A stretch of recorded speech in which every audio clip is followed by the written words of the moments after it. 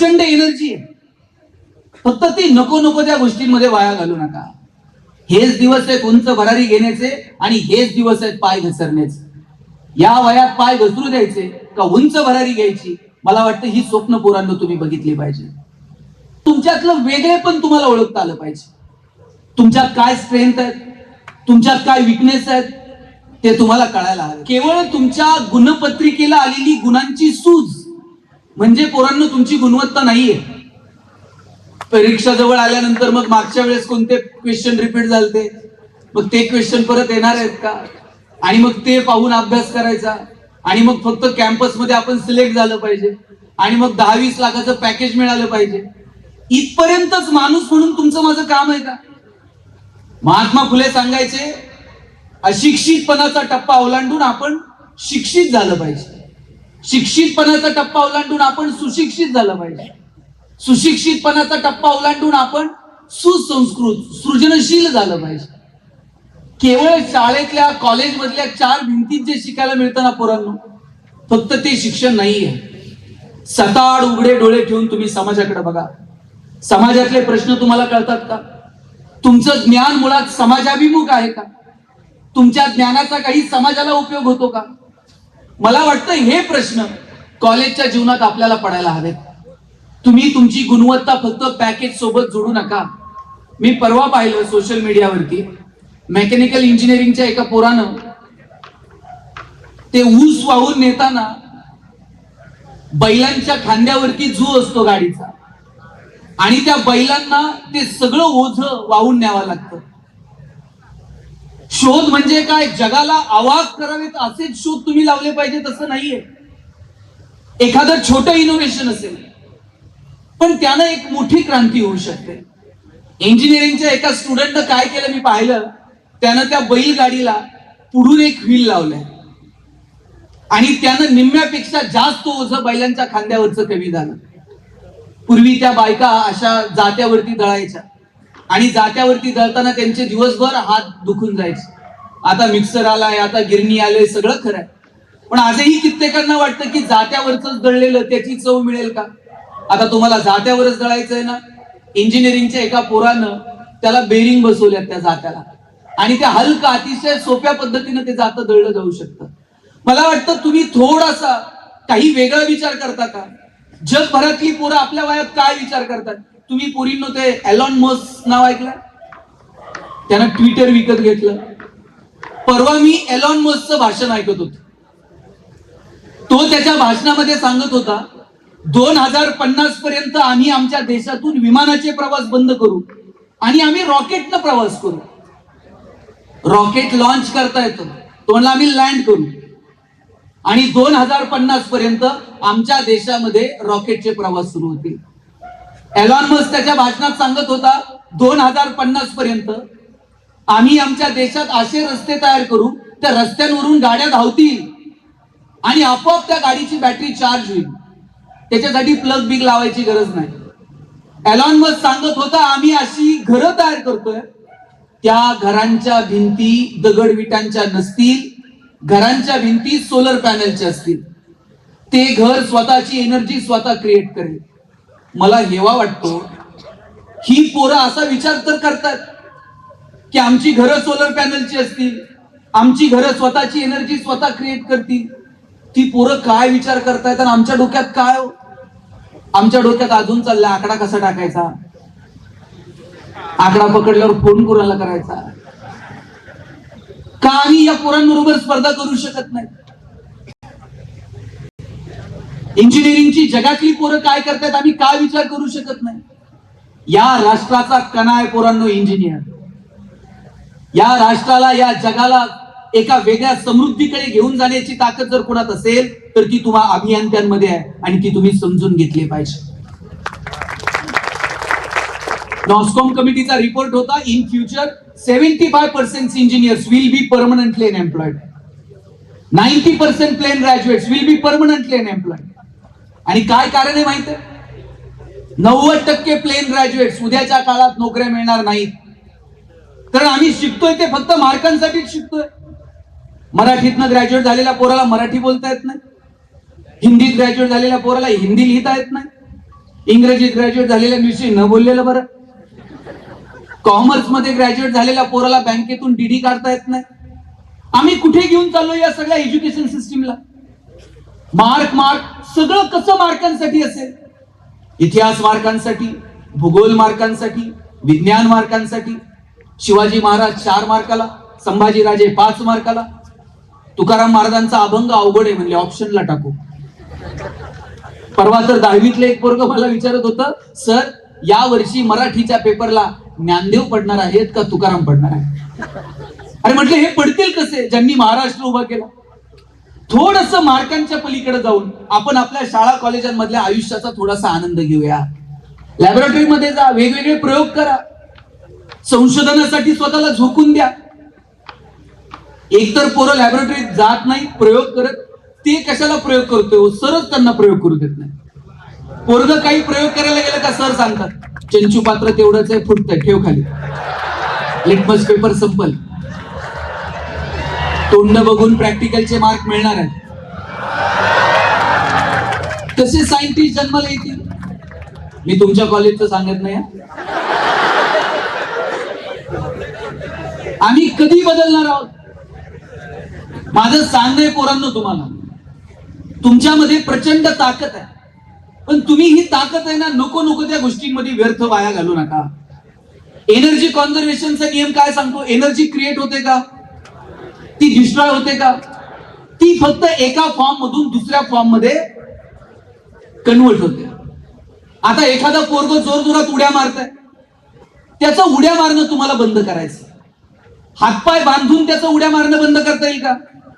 तुम्हाला सांगावं लागेल, बाबा उड्याच मारायच्यात ना, बेंचवर नाही, थोडस स्टेजवर येऊन उड्या मार, ताला सुराला धरून उड्या मार, लोक म्हणतील तू नाचतोय. एखादं जोर जोरात ओरडतंय, तुम्हाला त्याचं ओरडणं बंद करायचं. सर तोंडात गोळा घालून त्याचं ओरडणं नाही बंद करतायचं. तुम्हाला सांगावं लागेल, ओरडायचंय ना, जरा सुरात ओरड. कदाचित लोक म्हणतील तू गातोय. पोरापोरींनो, तुमच्यामध्ये प्रचंड एनर्जी आहे, फक्त ती नको नको त्या गोष्टींमध्ये वाया घालू नका. हेच दिवस आहेत उंच भरारी घेण्याचे आणि हेच दिवस आहेत पाय घसरण्याचे. या वयात पाय घसरू द्यायचे का उंच भरारी घ्यायची? मला वाटतं ही स्वप्न पोरांनो तुम्ही बघितली पाहिजे. ठरवा तुम्हाला नेमकं काय करायचं. इथं बसलेल्या प्रत्येक मुलामुलीमध्ये काहीतरी वेगळं आहे. फक्त तुमच्यातलं वेगळे पण तुम्हाला ओळखता आलं पाहिजे. तुमच्यात काय स्ट्रेंथ आहेत, तुमच्यात काय विकनेस आहेत, ते तुम्हाला कळायला हवे. मला एक सांगा, सचिन तेंडुलकर सारखा षटकार ऐश्वर्या रायला मारता येईल का? ऐश्वर्या राय सारखा ठुमका लता दिदींना देता येईल का? लता दिदींसारखं गाणं अशोक सराफला म्हणता येईल का? तुम्ही जर मला म्हटले ना भाषण कर, मी भाषणच करेन. पण तुम्ही जर मला म्हटलात आता एवढ्या लांबून आलाय नगरून, जाता जाता आमच्या कॉलेजमध्ये एखादी कुस्ती करून जा, अरे वा, तू इथेच होय, मी तिकडे स्टँडवर शोधत होतो.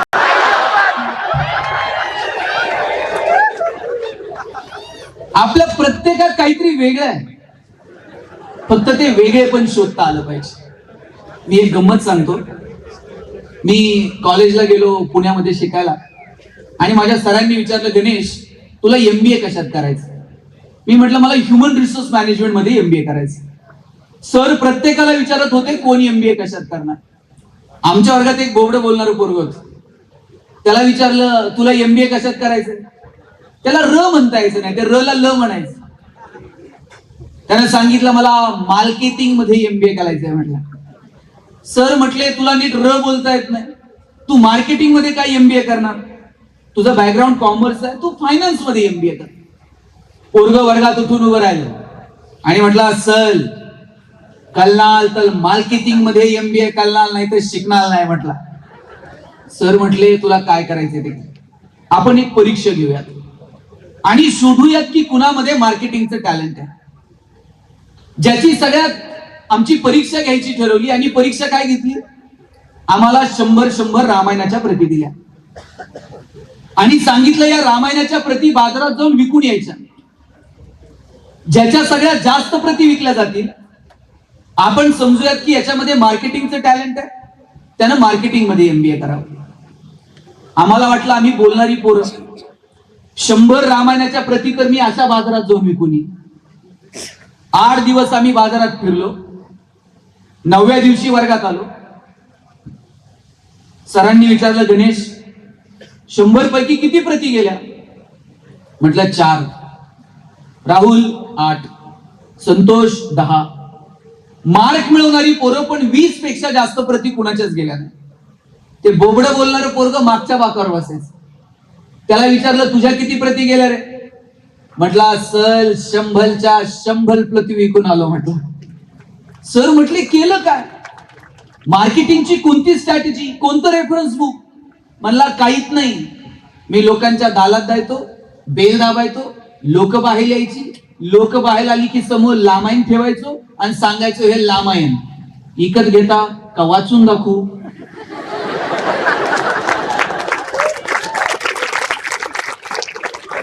लोक म्हणायची, वाचून नको दाखवू, तुझं रामायण विकत घे. आता बोबडं बोलणं विकनेस आहे का स्ट्रेंथ आहे? आणि दाबून ठेवला असता तर स्ट्रेंथ ठरला असता का? आपल्या प्रत्येकात काहीतरी वेगळेपण आहे. फक्त ज्या दिवशी पोरांनो तुम्हाला तुमच्यातलं वेगळेपण ओळखता येईल त्या दिवशी जगणं भन्नाट आहे. आणि तुम्ही इंजिनिअरिंगचे स्टुडंट आहात, मला हेवा वाटतो तुमचा. आपण नाविन्य शोधलं पाहिजे पोरांनो.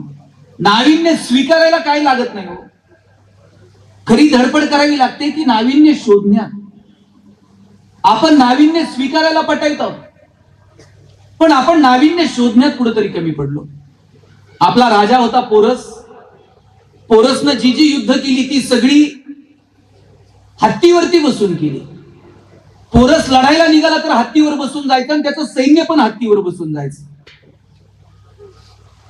हत्ती हा युद्धाच्या कामात चपळ नाहीये. त्याला वळायचं असलं तर 10 मिनिट विचार करावा लागतोय. आणि इकडून तिकडून हत्ती पिसळला तर त्याच्याच पायाखाली त्याच 2-5 सैन्य मारलं जात. पोरस शूर होता, पण युद्धामध्ये पहिल्या फळीत हत्ती वापरायचा. सिकंदराला कळालं पोरसच्या विरोधात जर लढायचं असेल तर हत्तीवर बसून नाही, घोड्यांवर बसून आपण लढायला गेलं पाहिजे. घोडे चपळ आहेत. सिकंदर पोरसच्या विरोधात लढायला आला, येताना घोड्यांवर बसून आला. आमच्या राजाला हरावं लागलं. मग आम्हाला कळालं इथून पुढे जर जिंकायचं असेल तर चपळ असे घोडे युद्धात असले पाहिजेत. मग आम्ही घोडे शोधले. आम्ही घोड्यांवर बसून लढायला लागलो. हातात समशेरी घेतल्या, समशेरींना धारी लावल्या. त्याच वेळेस आमच्यावरती मोगल चालून आले, येतानाच बंदुका घेऊन आले. मग आम्हाला कळालं आता जर जिंकायचं असेल तर बंदुका स्वीकाराव्या लागतील. आम्ही बंदुका स्वीकारल्या. घोड्यांवर बसून बंदुका चालवायला लागलो.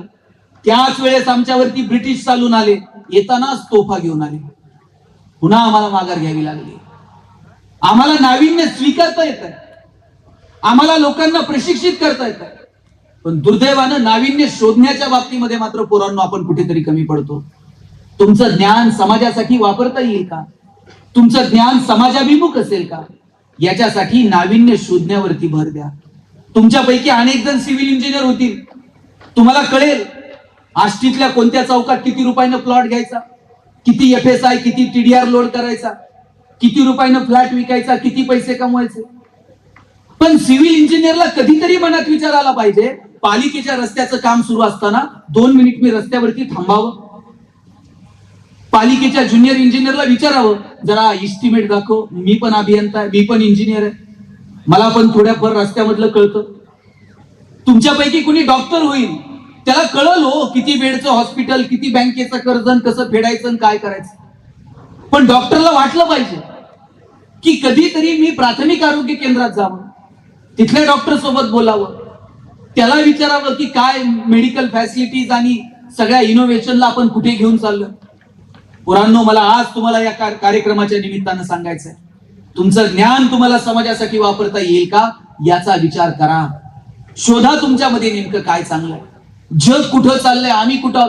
पोरांनो, दुबईमध्ये काय होतो, 84-85 पर्यंत दुबईमध्ये फक्त तेलाचे पैसे होते, पण proper utilization of the resources, त्यांनी त्यांच्याकडे असणारे रिसोर्सेस असे काही युटिलाइज केले. आज जगातला सगळ्यात बिझीएस्ट एअरपोर्ट दुबई, जगातला सगळ्यात प्रॉफिएस्ट मॉल दुबई, ते बुर्ज खलिफा काही सेकंदात 200-250 मजले लिफ्ट घेऊन जाते आणि परत खाली आणून सोडते, आणि त्याच्यासाठी 10-15 हजार रुपये तुम्हाला मोजावे लागतात. पर्यटनाच्या क्षेत्रामध्ये दुबई इतकं पुढे निघून गेलं. आत्ताचा बिझनेस एक्सपो सुद्धा मार्च मधला दुबईमध्ये झाला. काय दुबईमध्ये हो, पण त्या लोकांनी त्यांच्याकडचे रिसोर्सेस असे काही युटिलाइज केले की आज दुबई इतक्या कितीतरी पटीनं ते पुढे निघून गेले. मला सांगायचं तुमच्याकडे जे रिसोर्सेस आहेत ते तुम्हाला प्रॉपर वेने युटिलाइज करता आले पाहिजे.